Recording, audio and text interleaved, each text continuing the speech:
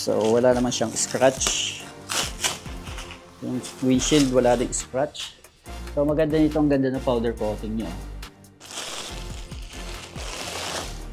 Yun, ito na pala mismo yun. So wala na siyang plastic suspension. So ito ay galing mismo sa NMAX TechMax. So wala pa siyang 100 yata tinatakbo. So stock din siya, original lang Yamaha. Galing siya sa B3. Since parehas lang naman sila ng upuan, ang pinagkaiba lang. So bagong windshield, clear. Upuan ng B3 standard and K3 rack.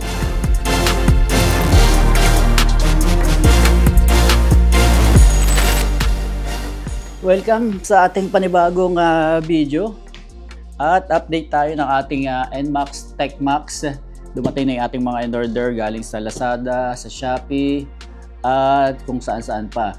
So ito yung binili nating top box bracket at ikakabit natin ito maya-maya. Ayan, di pa siya nabubuksan. At itong isa yung windshield. So itong windshield na to is clear, yung silag lang siya, no? At kakabit din natin siya. And then yung pagtatanggalan natin, siguro itatago na lang muna natin. At meron pa ako ditong isa pang dumating, itong RM bracket. Ayan. So binili natin siya online. Ito. So RM LED bracket. Meron siyang kasamang cup. Asan na ba yung cup? Ating kasamang cup. Shout out sa RM LED bracket.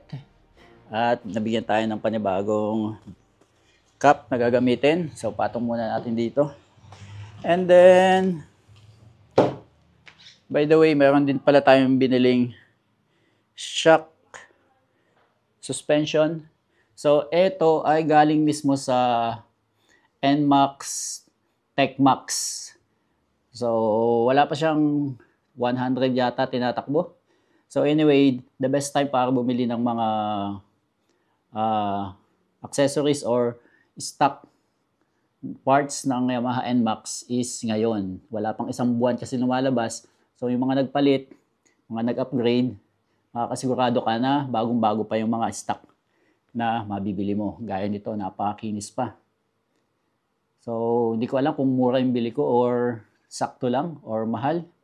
Anyway, nabili ko siya ng 3.5. Yan. So, mahaba yung ating babiyahin. Piniprepare natin yung motor at tingin ko makakasira tayo ng suspension. So, bumili na ako ng reserva, at least stock. So, hindi ako masyado nag-upgrade ng mga high-end kasi masyadong mahal. So, tabi natin dito.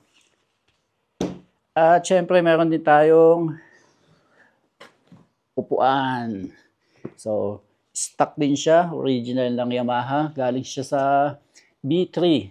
Since parehas lang naman sila ng upuan, ang pinagkaiba lang, or parehas sila ng sukat, ang pinagkaiba lang may mga stitching yung sa TechMax. So, magkaibang two-tone siya. Ito, single lang. Kung makikita nyo. So, ang purpose ko nito, kapag umuulan, hindi susuot yung tubig, hindi siya manonood dun sa mga stitching kasi usually dun pumapasok yung tubig. At since tag-init naman, okay lang ano. Pero ito na muna yung gagamitin natin. At itatago na rin muna natin yung ating original na stock seat ng TechMax. So, 1.5 nabili natin. Ayan. So, bagong-bago pa siya. Parehas lang siya ng sukat. At meron pa siyang rubber dito, yung seal. So, pit na pit to. Same lang naman, same lang ng sukat ng TechMax. Okay, at least hindi maluluma yung ating original seat. At saka yung suspension, may reserve na. At punta na tayo sa ating motor, kabit na natin. Pero bago lahat, buksan pala muna natin to. K3. So, nakita nyo, K3 din yung ginamit natin sa ADB ito. Kung kita ng camera. So, unahin natin ang ating windshield.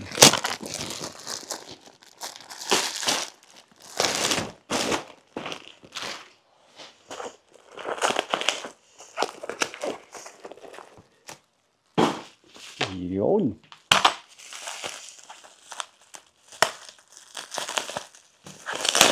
So, galing siyang Indonesia.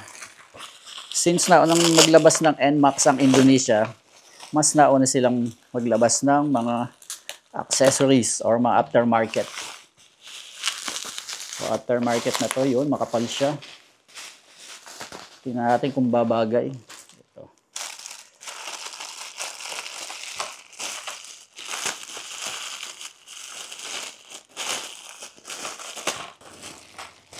So, meron na siyang kasamang bolt at saka screw. So, mukha naman siyang stainless.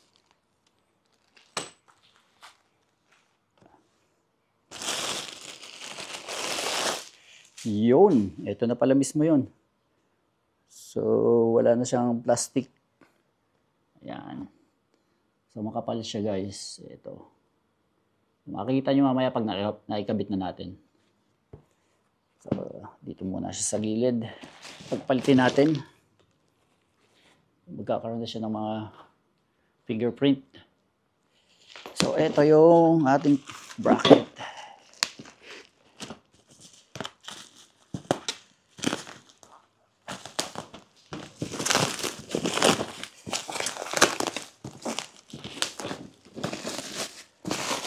So, binili ko siya sa Lazada. Actually, mas napamahal tayo kasi sa Inside Racing is less 10%. So, 3,000 ang bili ko nito. And then less 3% sana. 300 sana yung natpin natin. So, ulit ko na naisip. Pero naisip ko kasi baka magkaubusan ng stock. Dahil mabenta ang K3. So, K3 din yung ating nakakabit sa ating ADB 160.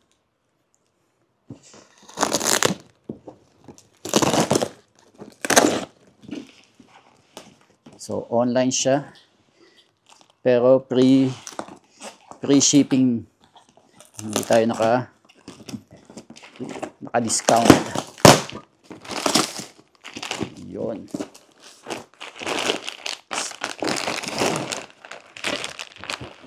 Alright. So, naka-plastic siya, oh. Naka-sealed. Yun, oh. Naka-sealed. Silyadong-silyado. So, buksan natin sa gilid.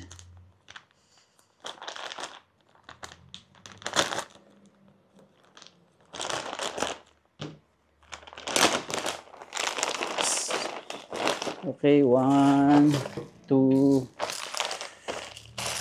3, 4 pieces. At ito nakalagay dito. Yan, kung nakikita nyo, K3 rack bolted type, Yamaha NMAX B3 turbo.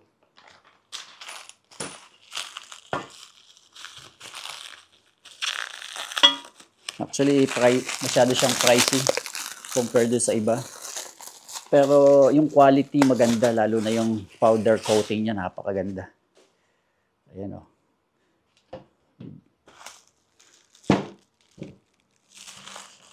Then, itong kabila.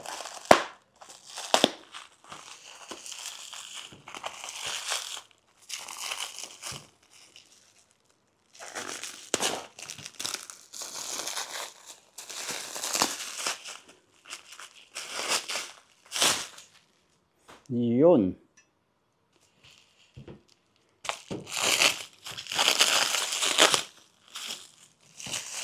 So, wala naman siyang scratch. Yung windshield, wala ding scratch. So, maganda nito, ang ganda na powder coating niya. Yung powder coated. Yan. So, para makita natin ang itsura, kabit na natin sa ating NMAX. So, hindi natin kailangan tanggalin yung grab bar. So, stock na siya. May retain yung grab bar, ano? So, dagdag lang to. Okay, let's go. Nasa labas yung ating NMAX. Okay, para dito to.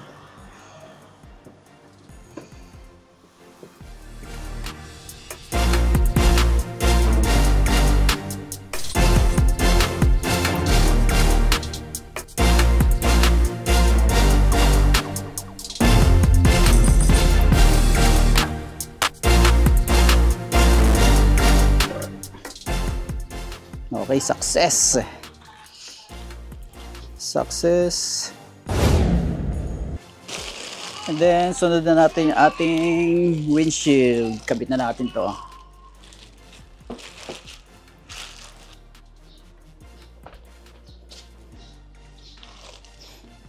Okay, nakabit na natin ang ating windshield. Ito yung pinagpalitan. Ito yung stock niya na original. Bagong bago pa. So, meron pa siyang plastic cover.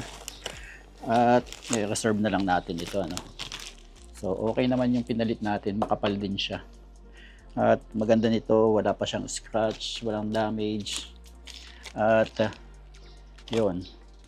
Meron tayong windshield na reserva. Alright.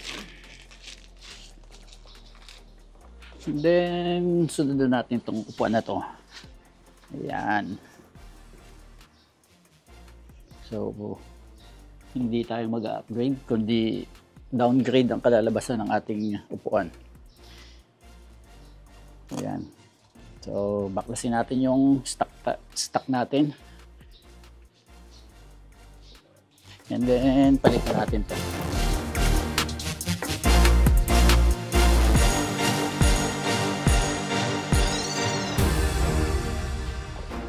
Yun. Ganun lang naman siya kabilis.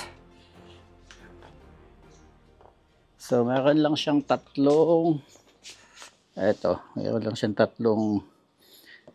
nut dito. And then, lipat na lang din natin to. Gawin natin itong tools. Alright. And then, itong rubber. Kasi wala itong rubber na to doon sa kabila. Lipat natin doon. Patong natin muna.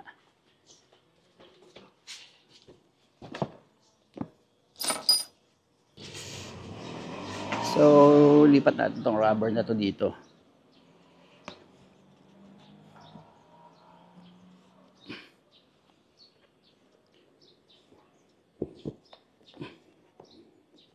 Alright.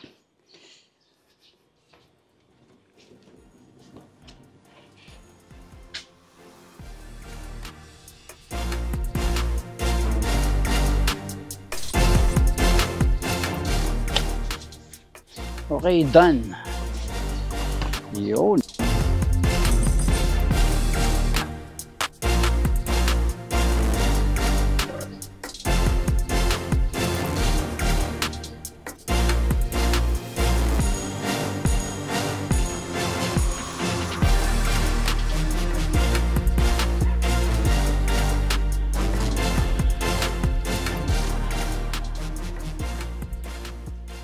So, bagong windshield clear. Upuan ng B3 standard. And K3 rack para sa ating top box bracket. Alright guys, thank you for watching. Bye-bye.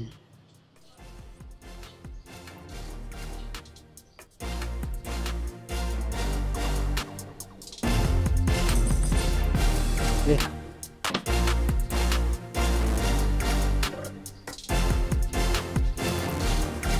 So, okay na. At yun ang ating video for today. Tapos na. Nakabit natin ang ating top box bracket, ang ating upuan, and bagong windshield. Alright.